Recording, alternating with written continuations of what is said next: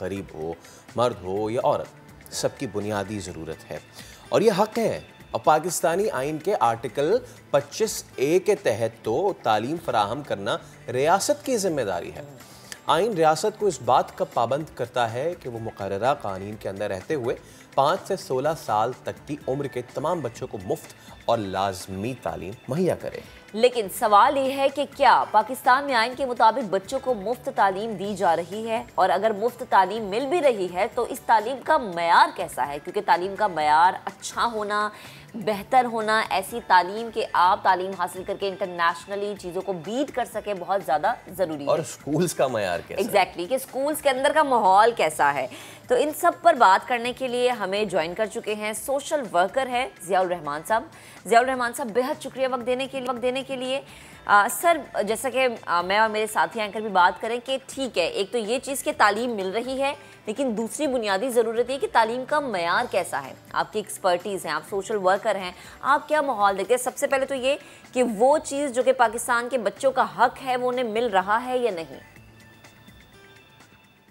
بہت شکریہ۔ پہلے تو دیکھیں، اس وقت ہم 22 کروڑ کی آبادی والا ملک ہیں اور ہمارے ہاں کوئی تقریباً 6 کروڑ 30 لاکھ بچیاں ایسے ہیں جن کی عمریں کوئی تقریباً 5 سال سے لے کے 16 سال تک ہیں، اور کانسٹیٹیوشن کے آرٹیکل 25A کے تحت یہ ریاست کی ذمہ داری ہے کہ 5 سے 16 سال تک کے بچوں اور بچیوں کو فری اور لازمی تعلیم جو ہے وہ دی جائے۔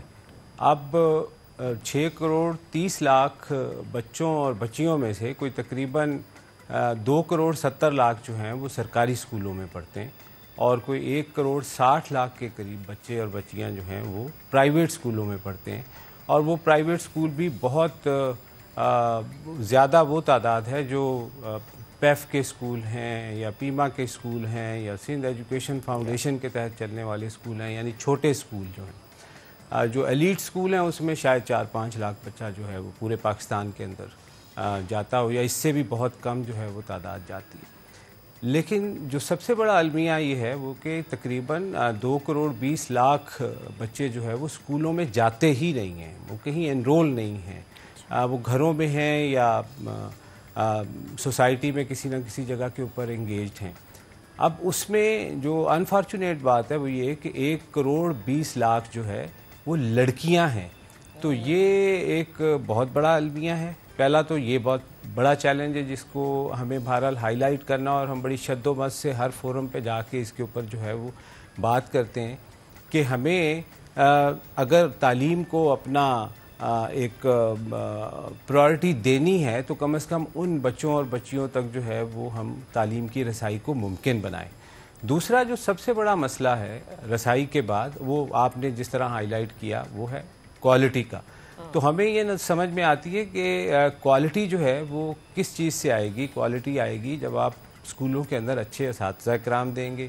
اب ہم صرف پنجاب کی اگر بات کریں تو ہمیں نظر آتا ہے کہ 1 لاکھ ٹیچرز جو ہیں جو اسکولوں میں ہونے چاہیے تھے، ان کی پوسٹیں خالی پڑی ہیں، اور یہ اتنے عرصے سے یہ ان کے اوپر بھرتی جو ہے وہ نہیں ہو رہی۔ اسی طرح دوسرے صوبوں کے اندر بھی یہی حالات ہیں۔ تو ہماری پرائرٹی چونکہ ایجوکیشن ہے نہیں، تو پھر ہم اساتذہ کرام کو وہاں کیسے بھرتی کریں گے؟ اور جب استاد نہیں ہوگا تو کوالٹی جو ہے وہ کیسے سفر نہیں کرے گی؟ بہت سارے اسکولوں کے بارے میں ہمیں یہ اطلاعات ملتی ہیں کہ وہاں پر اصل جو استاد ہے وہ کہیں اور کام کر رہا ہے، اور اس کی جگہ کے اوپر اس نے خود سے ہی اپنا ایک ریپلیسمنٹ دے دیا ہے، جو سیلری تو اس استاد سے لیتا ہے اور استاد صاحب جو ہے وہ سرکار سے لیتے ہیں۔ تو مطلب یہ کہ کوالٹی کیسے آئے گی؟ اور پھر ظاہر ہے کہ اگر ہم یہ دیکھیں کہ اسکولوں کے اندر جو باقی سہولتیں ہیں وہ کس سطح کی ہیں، فرنیچر نہیں ہے، 4 دیواری نہیں ہے، پانی اور واش روم کی فیسلٹی نہیں ہے، اور لڑکیوں کے لیے تو خاص طور پہ میں سمجھتا ہوں کہ 4 دیواری اور واش روم کی فیسلٹی بہت ضروری ہے، کیونکہ پاکستان کے اندر جو پرائمری کی سطح تک بچیوں کی انرولمنٹ ہے وہ کافی بہتر ہے، لیکن جیسے جیسے وہ کلاس میں آگے بڑھتی ہیں، 6ٹھی کلاس میں جاتی ہیں، 9th اور 10th کلاس میں جاتی ہیں، تو فزیکل چینجز ہوتی ہیں، باڈیلی چینجز ہوتی ہیں، مینسٹرل ہائیجین کے مسائل ہوتے ہیں، تو ہوتا یہ ہے کہ ماں باپ جو ہے وہ بچیوں کو اسکولوں سے ہٹا لیتے ہیں جیسے ہی بلوغت آتی ہے۔ ہماری اطلاعات کے مطابق ہماری جو سٹڈیز ہیں وہ یہ بتاتی ہیں کہ کوئی 10% کے قریب بچیاں جو ہیں وہ اسکول چھوڑ جاتی ہیں بلوغت کے شروع میں، اور کوئی 7% سے کے قریب بچیاں جو ہیں جن کی 9th اور 10th کے اندر شادی ہو جاتی ہے۔ تو ارلی ایج میرج بھی ایک بہت بڑا مسئلہ ہے۔ تو یہ ہم کیونکہ سہولتیں پوری نہیں دے رہے، کوالٹی بہتر نہیں دے رہے، تو لوگ جو ہے وہ اسکولوں کی طرف رخ کم کر رہے ہیں۔ جتنے مسائل آپ نے گنوائے ہیں میرے خیال سے اس کے اوپر بھی مزید مسائل بھی ہیں۔ گوسٹ اسکولز ایک بہت بڑا مسئلہ ہے، گوسٹ اساتذہ آپ نے خود ذکر کر دیا، وہ ایک بڑا ایشو ہے۔ ٹیچر ٹریننگ ایک بہت بڑا ایشو ہے۔ کہیں یہاں بلکہ یہ تو مذاق سا بن کے رہ گیا کہ کوئی اساتذہ یہاں فوارہ چوک پہ کراچی میں پروٹیسٹ کرنے آتے ہیں، ان سے ہمارے نمائندگان جا کے پوچھتے ہیں کہ ایجوکیشن کی سپیلنگ بتا دیں تو وہ سپیلنگ تک نہیں بتا پاتے ہیں۔ یہ تو معاملات ہے جناب۔ تو اس میں جب اتنے سارے مسائل ہوں اور جب یہ آئین آپ کو کہہ رہا ہو کہ جی آپ نے 5 سے 16 سال تک کی عمر کے بچوں کو مفت تعلیم دینی ہے، کیا ڈرافٹ کرتے وقت یہ نہیں سوچا گیا تھا کہ ہمارے پاس یہ سسٹم بھی ہے اس آئین کی شق کو سپورٹ کرنے کے لیے؟ کیا ہمارے پاس اسکولز بھی ہیں، اور سسٹم سے ہٹ کے کیا ہمارے پاس ول بھی ہے اس چیز کو سپورٹ کرنے کے لیے؟ آپ اتنے عرصے سے کام کر رہے ہیں، سندھ میں آپ نے دیکھا، پنجاب میں ہم نے دیکھا، بیسک ہیلتھ یونٹ سے لے کے سرکاری اسکول تک بھینس کے کٹے باندھے کرتے ہیں، تو آپ کو یہ چیزیں کب ٹھیک ہوتی نظر آ رہی ہیں؟